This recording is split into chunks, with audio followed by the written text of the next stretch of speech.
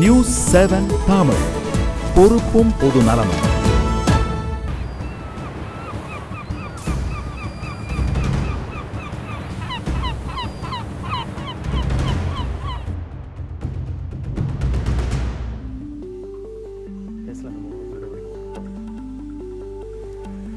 நேர்களை வெளிச்சத்தில் சிறப்பு விருந்தினராக கவிஞர் அருண் பாரதி அவர்களிடம் தொடர்ந்து பேசலாம்.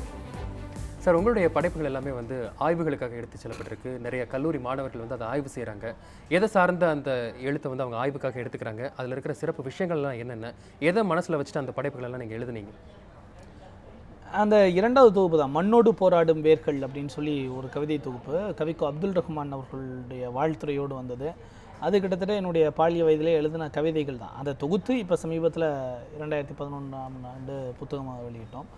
அந்த புத்தகம் நிறைய விற்பனைக்கு போனபோது நிறைய மாணவர்கள் புத்தக கண்காட்சிகள், அப்புறம் சில புத்தக கடைகளில் அந்த புத்தகங்களை எடுத்துகிட்டு அந்த கவிதைகளை எடுத்து நாங்கள் ஆய்வு பண்ணிக்கிறோம் அப்படின்னு சொல்லி தொலைபேசியில் என்கிட்ட பேசி ஆய்வு பண்ணது தான் அந்த புத்தகம். அது முழுக்க முழுக்க சமூக கவிதைகள். அதில் பெரிய மண் சார்ந்த கவிதைகள் பெரும்பாலும் இருக்காது. சமூக கவிதைகள், ஈழ பிரச்சனை, அப்புறம் அன்றாட பிரச்சனைகள் நிறைய இருக்குது இல்லையா, அது எல்லாத்தையும் அந்த கவிதைகளில் வைத்திருப்பேன். அதில் ஈழ பிரச்சனையில் புத்த பள்ளி அப்படின்னு சொல்லி ஒரு கவிதை எழுதியிருப்பேன். போதி மர நிழலில் புத்தருக்கு நரபள்ளி அப்படின்னு சொல்லி ஒரு கவிதை எழுதியிருப்பேன். அப்படி அந்த பிரச்சனைகள்லாம் இருந்ததுனால அவங்களுடைய ஆய்வுக்கு கொஞ்சம் உதவியாக இருந்திருக்குன்னு நினைக்கிறேன். அவங்க எடுக்கக்கூடிய தலைப்பை பொறுத்து தானே, அந்த தலைப்புக்கு ரிலேட்டடாக இந்த புத்தகம் இருந்திருக்கு, எடுத்துகிட்டு ஆய்வு பண்ணுறாங்க. புதுப்பானையில் பழைய சோறு அப்படின்னு ஒன்று உங்களுடைய படைப்பு இருக்குது, அதை பற்றி சொல்லுங்கள். புதிய பானையில் பழைய சோறு. இன்றைக்கி நாங்கள் உட்கார்ந்துருக்க காரணம் அந்த கவிதை தொகுப்பு தான். அதுதான் என்னை அடையாளப்படுத்துச்சு. அது திருஞானம் சார்ட்ட கொடுத்து நான் இயக்குனர் பாக்யராஜ் அவர்கள்ட்ட சேர்த்தார்னு சொன்னேன் இல்லையா. அப்போ அந்த கவிதைகள் படித்து பார்த்துட்டு இயக்குனர் பாக்யராஜ் யாரையே அந்த எழுத்தாளர், இவரை கூப்பிடுங்க நம்ம பார்க்கணும் அப்படின்னு சொல்லியிருக்கிறாரு. அப்புறம் பாக்ய அலுவலகத்திலேருந்து எனக்கு தொலைபேசி வந்தது. பிறகு நான் போனேன். அப்புறம் பாக்யராஜ் சார்ட்ட என்னை இன்ட்ரடியூஸ் பண்ணாங்க. அவர் பார்த்துட்டு, என்னையா நான் கூட ஒரு 60-70 வயசு ஆளாக இருக்குன்னு நினச்சேன். ரொம்ப எனக்கு எங்கள் டைரக்டர் பாரதி ராஜா சார்கிட்ட வேலை பார்த்த அனுபவங்கள்லாம் அப்படியே மீட் எடுத்துகிட்டு வந்த மாதிரி இருக்குது. ரொம்ப பழைய சமாச்சாரங்களாக எழுதியிருக்கியே, ஆனால் சின்ன பையனாக தான் இருக்கிற, நல்லா இருக்குது, நீ வேணால் நம்ம பத்திரிக்கையில் ஒரு தொடர் எழுதி இது மாதிரி வேறு ஏதாவது கவிதைகள் வச்சுருக்கியா அப்படின்னு சொல்லி கேட்டுறாரு. அப்போ நான் கூடவே இன்னொரு 2-3 கவிதைகளும் எடுத்துகிட்டு போயிருந்தேன், கிட்டத்தட்ட அதே சாயலில். அந்த கவிதைகள்லாம் அவர்கிட்ட காமிச்ச உடனே அவர் ரொம்ப சந்தோஷமாயிட்டார். சரி, அப்படி இதெல்லாம் நம்ம ஒரு தொடராக போடலாம் அப்படின்னு சொல்லிட்டு. அப்புறம் அப்போ தான் இன்னொரு கவிதை எடுத்துகிட்டு போனான்னு சொல்லியா, அதில் ஒரு பாடல்களை பற்றி ஒரு கவிதை எழுதியிருந்தேன். முளைப்பாரி பாட்டு, ஒப்பாரி பாட்டு, தாளாட்டு பாட்டு, தாய்மாமன் பாட்டு, இப்படி பாட்டில் பல உண்டு. கருதெடுத்தாலோ, களை எடுத்தாலோ, கலப்பை பிடிச்சாலோ, காவை காத்தாலோ, புள்ள பறந்தாலோ, இளவு விழுந்தாலோ, கட்டக்குரலோ, கணீர் குரலோ, எல்லாத்துக்கும் பாடுவாங்க கிராமத்தில். ஒரு வேளையும் நடக்காது பாட்டு இல்லாமல். எங்கூரு பொம்பளைக தாளாட்டு பாட்டே தனி அழகுங்க. ராகம் ஒன்று தான், வரிகள் மாறும் அந்தந்த பொண்ணுங்க சூழ்நிலை பொறுத்து.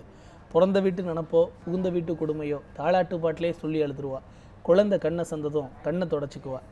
எந்த பாட்டு தெரியுதோ இல்லையோ, ஒப்பாரி பாட்டு தெரியாமல் ஒருத்தி இருக்க மாட்டாங்க. பொம்பளையை ஒப்பு சொல்லி அழுது முந்தானையில் மூக்க உறிஞ்சிற சத்தம் இப்போ இல்லைங்க. ஒரு கிராமத்து கிழவியிடம் கேட்டேன், இந்த பாடல்கள் எல்லாம் எங்கே போச்சு? அதையா கேட்குற? அதெல்லாம் பாரதி ராசா பாக்யராசா சினிமாவோடு போச்சு. உண்மைதாங்க, இப்போல்லாம் தாலாட்டுக்கு பதிலாக ஸ்ப்ரிங் தொட்டில், ஒப்பாரிக்கு பதிலாக மைக் செட்டில் கொலா ரெடியான்னு சொல்லி ஒரு கவிதை தான். இந்த கவிதை தான் என்னுடைய பாடலுக்கு வித்திட்ட கவிதையாக நான் பார்க்குறேன். என்னென்னா, இந்த கவிதையை படித்த அப்புறம் தான் டேரக்டரு, நல்லா இருக்குயா, உன்னோட வார்த்தைகள்லாம் நல்லா இருக்குது, கவிதைகளுக்கு நல்லா இருக்குது, பாடல் ஏதாவது ட்ரை பண்ணி பார்க்குறியா, பாடல் எழுதுகிற மாதிரி வாய்ப்பு இருக்கா? ஏன்னா என்கிட்ட தான் விஜய் இவங்கெல்லாம் இருந்துட்டு போனாங்க. ஸோ மெட்டுக்கு ஏதாவது பாட்டு எழுத கற்றுக்கிறியா அப்படின்ற மாதிரி கேட்டார். அடலே நான் கண்டிப்பாக முயற்சி பண்ணேன் சார், நான் கண்டிப்பாக கற்றுக்குறேன் அப்படின்னு சொல்லிட்டு ரொம்ப பேச்சு. அவரே கேட்கும்போது நமக்கு என்ன அப்படின்னு சொல்லிட்டு அப்புறம் தான் அவர் சரி, ஒரு பிரபலமான ஒரு 3 சினிமா பாடல் எடுத்துக்கிட்டு நீ அதுக்கு டம்மி வார்த்தை ஃபில்லப் பண்ணிவிட்டு எனக்கு கொண்டு காட்டு. நீ மெட்டில் நீ எப்படி இருக்க? ஏன்னா கவிதையில் நீ மார்க் வாங்கிட்ட, அது தொடர வருது, அது ஒரு பக்கம் இருக்கட்டும். ஆனால் பாட்டு உனக்கு எழுத தெரியுமா அப்படின்றதுக்கு அது மெட்டுன்ற சமாச்சாரம் இருக்குது. அதை நீ எடுத்துட்டு வார்த்தைகளை எப்படி வார்த்தைகள் நீ கொடுத்துறன்றதை நான் பார்க்கணும் அப்படின்னு சொல்லிட்டு அவருக்குள்ளே ஒரு அழகான இசையமைப்பாளர் இருக்கார். அவர் டெய்லி மெட்டு போடுவார். அப்புறம் அவருடைய மெட்டுக்கு அப்படியே பாடல் எழுதி காமிச்சு பழக்கப்படுத்திக்கிட்டதில் தான் பாடல் துறைக்கு வந்தது. அப்புறம் இப்போது துணை முதல்வர் அப்படின்னு சொல்லி சார் நடித்து பண்ணிகிட்ருக்கிறாரு. அந்த படத்தில் என்னை இப்போது பாடலாசிரியராகவும் அறிமுகம் செய்திருக்கிறார். பாடல் வேலைகள் எல்லாம் முடிஞ்சிருச்சு. அதில் வந்து உங்களுடைய எழுத்து வேலைகள் பாடல் இசை வெளியீட்டு முடிஞ்சிருச்சு. எத்தனை பாடல்கள் முடிஞ்சிருச்சு. அதில் 2 பாடல்கள் எழுதியிருக்கேன். அது அவருடைய படத்துலேருந்து பாடல் எழுதியிருக்கிறேன். அப்புறம் இப்போ முனி பார்த்திரி போன்ற திரைப்படங்கள், இன்னும் சில திரைப்படங்களில் பாடல்கள் எழுதிட்டுருக்கிறேன். அதாவது கவிதையை பொறுத்த வரைக்கும் நீங்கள் இப்போ சொன்னது எல்லாமே உங்கள் ஊர் சார்ந்து மண் சார்ந்து பேசும்போது அதில் கூட சில அந்த மைக் செட் அந்த மாதிரி சில ஆங்கில வார்த்தைகளும் கலப்பு இருக்குது. கவிதையை பொறுத்த வரைக்கும் எந்த ஒரு விதிகளும் இல்லாமல் புது கவிதை பண்ண முடியும், அதில் எந்த ஒரு லிமிட் இருக்குது அப்படின்னு கருதுறீங்களா, இல்லை என்ன வேணாலும் கொடுக்க முடியும் அப்படின்னு நினைக்கிறீங்களா? ஒருவேளை அதை வந்து உரைநடையாக மாறிடக்கூடாது, அதுலேயும் வந்து கவனம் இருக்கணும். இல்லை, என் கவிதைகளில் வந்து சேர்ந்தது வந்து இந்த படைப்பு எழுதும்போது இது எதுவுமே கவிதையாக இருக்கக்கூடாது அப்படின்றதுல தான் நான் கவனம் கொண்டேன். ரைட்டுங்களா? அடுத்தது வந்து நீங்கள் கேட்டது வந்து ஏன் பிறமொழி கலப்பு இருக்குது அப்படின்றது மாதிரி. தொல்காப்பியர் வந்து என்ன சொல்லியிருக்காரு அப்படின்னா, ஒரு கவிதையில் இயற்சொல், திசைச்சொல், திரிசொல், வடசொல் இந்த 4 சொற்களும் இடம்பெறலாம் அப்படின்றார். இந்த இயற்சொல் அப்படின்றதுனா என்னென்னா, இது வந்து ஒரு பாமரனுக்கும் புரியக்கூடிய ஒரு வார்த்தை தான் இயற்சொல். திரிசொல் அப்படின்றது வந்து என்னென்னா வந்து படித்தவர்களுக்கு மட்டுமே புரியக்கூடிய ஒரு வார்த்தை. திசைச்சொல் அப்படின்றது வந்து வட்டார வழக்கு. அந்த வட்டார வழக்கில் சில ஆங்கில கலப்புகள் வந்து கலந்து போகலாம். இப்போ போய் பேருந்தில் ஏறி விட்டீர்களா அப்படின்னு கிராமத்தில் சொன்னால் எவனுக்குமே தெரியாது இல்லையா? அது திசைச்சொல். வடசொல் என்பது சமஸ்கிருதம். இப்போ பெண்ணுக்குள் ஞானத்தை வைத்தான் புவி பேணி வளர்த்திடும் ஈசன் மண்ணுக்குள்ளே சில மூடர் நல்ல மாதர் அறிவை கெடுத்தார் அப்படின்னு பாரதி சொல்கிறானே. இந்த கவிதையில் கிட்டத்தட்ட எல்லா சொற்களுமே வந்துடும். இப்போ பெண்ணுக்குள் என்பது இயற்சொல், எல்லாருக்கும் புரியும். பெண் அப்படின்னா எல்லாருக்கும் புரியும். பேணி என்பது திரிசொல், அது படித்தவர்களுக்கு மட்டும்தான் புரியும். ஞானம் என்பது வடசொல். அதனால் வந்து ஒரு கவிதைக்கு வந்து இதுதான் வரணும் இதுதான் வரக்கூடாது அப்படின்றது இல்லை. என்னுடைய கவிதைகள் நான் யாருக்காக எழுதுகிறேனோ அவனை போய் சென்றடையணும். அவனுடைய மொழியில் நான் பாடல்கள் எழுத வேண்டும், அவனுடைய மொழியில் நான் கவிதைகள் எழுத வேண்டும். அதைத்தான் என்னுடைய படைப்புகளுடைய குறிக்கோளாக கொண்டிருக்கிறேன். அடுத்தடுத்து தொடர்ந்து சினிமாவுக்கு பொறுத்த வரைக்கும் அந்த சிச்சுவேஷனுக்கு தக்கன நீங்கள் பாடல் எழுதுறது, இந்த ஒரு துணி வந்து உங்களை ஈஸியாக வந்து கொண்டு போயிடும் அப்படின்னு நினைக்கிறீங்க தானே? அதாவது ஒரு சினிமாவுக்கு பாடல் எழுதும்போது அந்த சிச்சுவேஷனில் வந்து இந்த மாதிரி நீங்கள் வந்து இயல்பாக உங்களுடைய கவிதை பொருட்கள் வந்து ஈஸியாக வந்து நான் யாருக்காக எழுதுறனோ அவனுக்கு போய் சேர்ந்தா போதும் அப்படிங்கிற நீங்கள் உங்களோட நினைப்பு வந்து இதுக்கு வந்து ரொம்ப உதவும் தானே? கண்டிப்பாக உதவுங்க. என்னென்னா வந்து பாடல்களை பொறுத்த மட்டிலும் பாக்யராஜ் சார் அவர்களிடம் எடுத்த பயிற்சி எனக்கு மிகப்பெரிய பயிற்சி. அவரிடம் கிட்டத்தட்ட ஒரு 100-200 பாடல்கள் வந்து மெட்டுக்கு நான் எழுதி பழகியிருக்கிறேன்.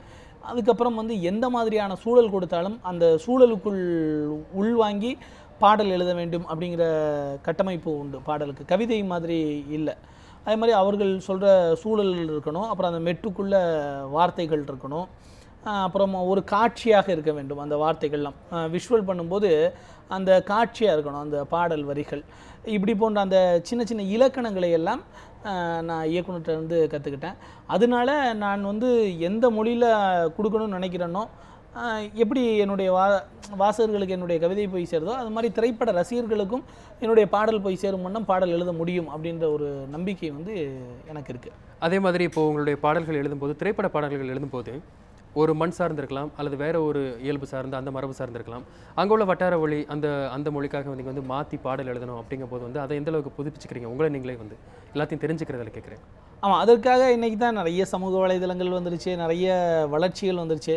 இப்போ வந்து ஒரு வடசென்னையை பற்றி ஒரு பாடல் எழுத வேண்டும் அப்படின்னா அப்புறம் அந்த வடசென்னை மக்களுடைய வாழ்க்கை எப்படி இருக்கும், அப்புறம் அது சார்ந்த புத்தகங்கள் ஏதாவது இருக்கிறதா, அல்லது அது சார்ந்து இதற்கு முன்னாடி என்னென்ன பாடல்கள் வந்திருக்கிறது, அதில் வந்து நம்ம என்ன சொல்லாதன சில சொல்லிட முனையணும், கூறியது கூறல் இல்லாமல் சொல்லாதன சில சொல்லிட முனையணும் அப்படின்ற விஷயங்கள்லாம் எடுத்துக்கிட்டு நம்ம அதற்காக உழைப்போம். அதுக்கப்புறம் கதாபாத்திரங்கள் இருக்குது, கதைகள் இருக்குது. ஒரு இயக்குனர் வந்து கதை சொல்லும்போதே ஒரு கிட்டத்தட்ட ஒரு 50% நம்ம உள்வாங்கிடுவோம். அடுத்த 50% அவர் கதைக்கு இன்னும் வலு சேர்ப்பதாக அந்த பாடல் வரிகள் வந்து இருக்கணும். அப்போ ஒரு வடசென்னையை பற்றி எழுத சொல்கிறார் அப்படின்னா அந்த வடசென்னையினுடைய லாங்குவேஜ் எப்படி இருக்கும், அவங்களுடைய மக்களுடைய மொழி எப்படி இருக்கும் அப்படிங்கிறத தெரிஞ்சுக்கிட்டு அவர்களுடைய வார்த்தை புழக்கத்தில் அந்த பாடல் எழுதுனா நல்ல வெற்றி பெறும்.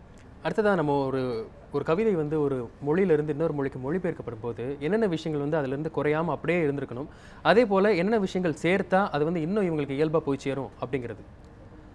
இதில் வந்து வெறும் வார்த்தைகளாக மட்டும் இல்லாமல் ஒரு கவிஞன் எந்த உணர்வுக்காக எழுதியிருக்கிறானோ, எதை நோக்கி எழுதியிருக்கிறானோ அந்த உணர்வு சிதையாமல், அந்த விஷயம் கெடாமல் அதை மொழிபெயர்த்துட்டா அவங்களுடைய மொழிக்கு சில விஷயங்கள் இருக்கும் இல்லையா, அதுகள் வந்து குறையாமல் அவர்கள் மொழிபெயர்த்து கொடுத்துட்டாங்கன்னா நல்லாயிருக்கும். கொஞ்சம் அவங்களுக்கு சுவை கொடுணும் அப்படிங்கிறதுக்காக வார்த்தைகளின் நயத்தை வந்து கூட்டி போடலாம், ஒன்றும் தவறு கிடையாது. இப்போ நான் வந்து ஒரு கவிதை எழுதுகிறேன், அந்த கவிதையை வந்து ஒரு ஆங்கிலத்தில் மொழிபெயர்க்கிறாங்க அப்படின்னா அந்த இருக்கக்கூடிய மக்களுக்கு வந்து என்ன புரியுமோ, அது ஒரு மலையாளத்தில் மொழிபெயர்க்கிறாங்க அப்படின்னா அங்கே இருக்க மக்களுக்கு என்ன புரியுமோ அதில் வந்து அவர் வந்து இப்போ மொழிபெயர்க்கக்கூடியவரும் ஒரு படைப்பாளியாக இருப்பது நலம்.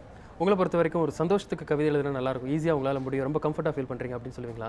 இல்லை துக்கத்துக்கு இல்லை கோபத்துக்கு எதில் வந்து உங்களுக்கு வந்து ரொம்ப கம்ஃபர்ட்டாக ஈஸியாக நல்லா எழுத முடியும் அப்படின்னு நீங்கள் உங்களுக்குள்ள நினச்சிக்கிறீங்க? நான் ஏற்கனவே சொன்ன மாதிரி தாங்க, என்னுடைய கவிதைகள் காதல்ல இருந்து ஆரம்பிக்கல, காயத்திலிருந்து தான் ஆரம்பிச்சிருக்கு. அதனால வந்து பெரும்பாலும் வழிகளை பட்ட வழிகள் தான் எனக்கு பாடுபொருட்களாக இருக்கிறது. கடப்பாறையும் சாட்டக்கம்பும் சாணிக்குடையும் தான் என் கவிதையின் கருப்பொருட்களாக இருக்கிறது.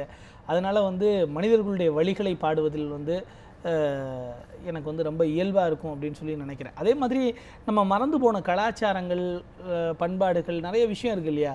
இன்றைக்கி எவ்வளவோ இழந்துட்டோம். இப்போது ஊரில் வந்து தேங்காய் வந்தாலோ மாங்காய் வந்தாலோ மரத்தில் முருங்கைக்காய் முளைச்சாலோ எல்லாத்தையும் எடுத்துகிட்டு போய் இதை போய் உங்கள் அத்தைக்கு கொடுத்துடுவா, இதை போய் உங்கள் சித்திக்கு கொடுத்துடுவா, இதை போய் அந்த பாட்டிக்கு கொடுத்துடுவான்னு சொல்லி நானே போய் கொடுத்துட்டு கடைசியாக மிஞ்சி இருக்கிற பொருளை எடுத்து சமையல் பண்ணி சாப்பிட்ட அந்த கலாச்சாரம் வந்து இன்றைக்கி கொஞ்சம் கொஞ்சமாக குறைஞ்சிட்ருக்கு இல்லையா? இன்றைக்கி சென்னையில் வந்து அடுத்த ஃப்ளாட்டு ஓப்பன் பண்ண மாட்டான், அந்த மாதிரியான ஒரு வாழ்வியல் போய்கிட்டு இருக்கு. அதனால் வந்து பெரும்பாலும் இது மாதிரியான சமூக படைப்புகள், அப்புறம் வந்து வழி சார்ந்த படைப்புகள், அப்புறம் கண்ணீர், இந்த மாதிரியான விஷயங்களை பதிவு பண்ணுறதுல எனக்கு ரொம்ப இயல்பாக வரும். அது கவிதை வடிவில் அதை வந்து கொடுக்கும்போது வந்து அது வந்து இயல்பாக வரும்.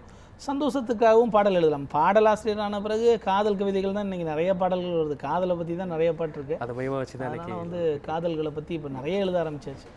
அதில் எங்கள் டேரக்டரை பற்றி சொல்ல வேண்டாம், அவருடைய பாணியே வந்து இயல்பாகவே வரும் அதில் வந்து அவருடைய. அதனால் வந்து சந்தோஷம். பாடல்களை பொறுத்த மட்டும் என்ன கொடுக்குறாங்களோ அந்த பொருட்களுக்கு தன்னை மாற்றிக்கொண்டு எழுதலாம். அது சந்தோஷமாக இருக்கட்டும், ஓப்பனிங் சாங்காக இருக்கட்டும், காதல் பாடலாக இருக்கட்டும், அல்லது கிளைமேக்ஸ், என்ன மாதிரி பாடல்களாக இருந்தாலும் அதுக்கு மாற்றிக்கலாம்.